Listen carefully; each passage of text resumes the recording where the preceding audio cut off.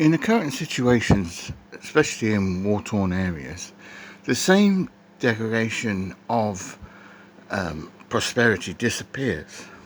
Psychologically, if you don't have a roof over your head, you don't have anything.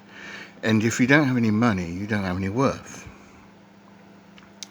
So I foresee that people that are in the middle of the recession and the needy around it drop off in between all the places, and the fear is homelessness.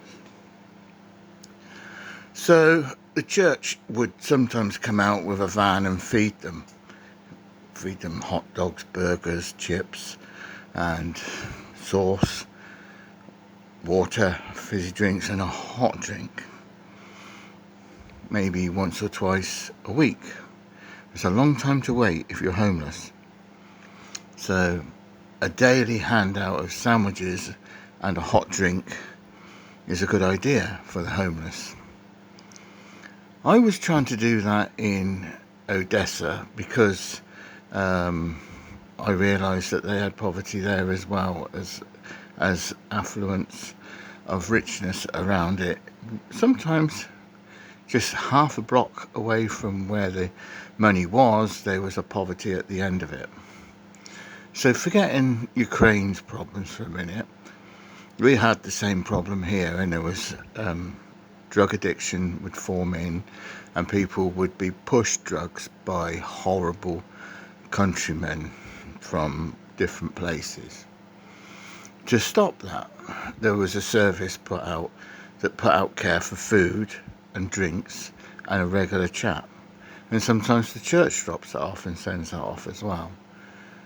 But if we're talking about ex-service people, there is this problem as well, that there's nothing there for them directly to go to. So this isn't a case of better help or any mental health blanket.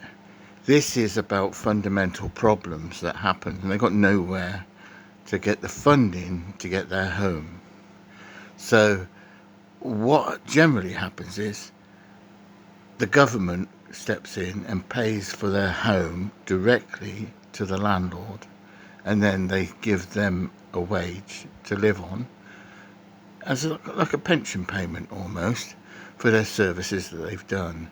And this can be given to the public as well.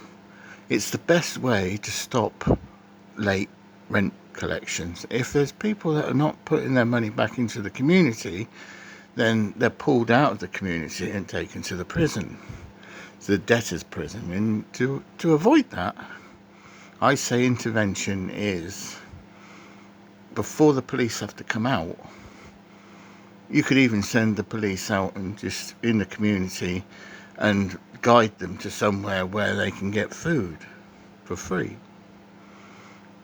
But by doing that, secondly, how to look after their money is a bit of an interference. A lot of people say after they've served for whatever they served for, they would like to spend their money how they want to spend their money, as long as it's, not on prostitutes and things like that. So I'm saying that the local area council takes this money directly from the government and gets paid for the rent of the home that the homelessness gets put into, and then they just get paid their national jobless work allowance. In the interim, to stop all these problems that are happening, some greedy countries have been absolute arsehole fucks by charging other countries tariffs.